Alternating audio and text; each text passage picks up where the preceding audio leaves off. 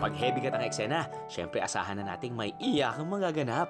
At ang present tuwing umiiyak at all out ang emotion, ano pa nga ba, kundi ang malatubig na pumapatak mula sa iyong mata, ang tears o luha.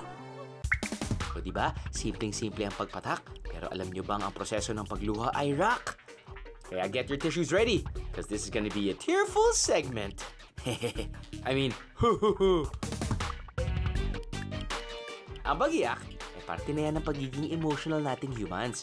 In short, there's no escaping the drop of clear saline fluid o maalat na tubig na kung tawagin natin ay luha. Ang mastermind yan, ang lacrimal gland na nasa gitna ng ating eyeball at eyelid. Ang lacrimal gland ang nagsesecrete o naglalabas ng luha kapag tayo emotional. Dumarami ang volume ng luha, kaya ang excess fluid inilalabas ng ating mata sa ating pagkurap. Ang tawag sa klase ng luha na to, emotional tear. Oh yes, this is just one out of the 3 kinds ng luha. Ang emotional tear ay na-stimulate ng pagkalungkot o saya sa pamamagitan ng sensor sa ating brain. Is it true that having a good cry can make you feel better? Kaya naman di na nakapagtataka na sa bansang Japan, nilevel up nila ang pag-iyak kung saan nag-organize sila ng crying club. Bakit? Kaya naman, love it or hate it, expect nating crying is here to stay. Aha! Pero tong matindi, wala ka pang nararamdaman. Tutulo ng luha mo. Kahit papusong bato ka, hindi ka uobra. Dahil pag sibuyas na ang binalatan, simula na ng iyong iyakan. Nyay!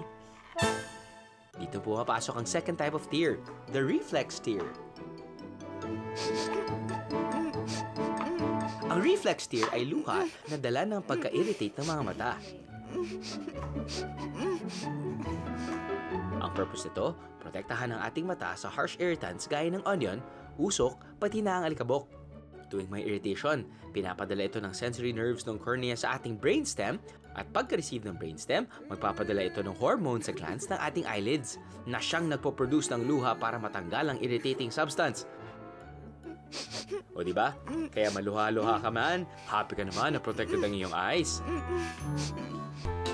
And speaking of protection, yan talagang everyday purpose ng luha sa ating mata. This is what you call naman the basal tear.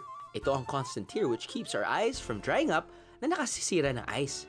Kailangan kasing basa o moist ang ating mga mata para maging maayos ang paggalaw ng mga to.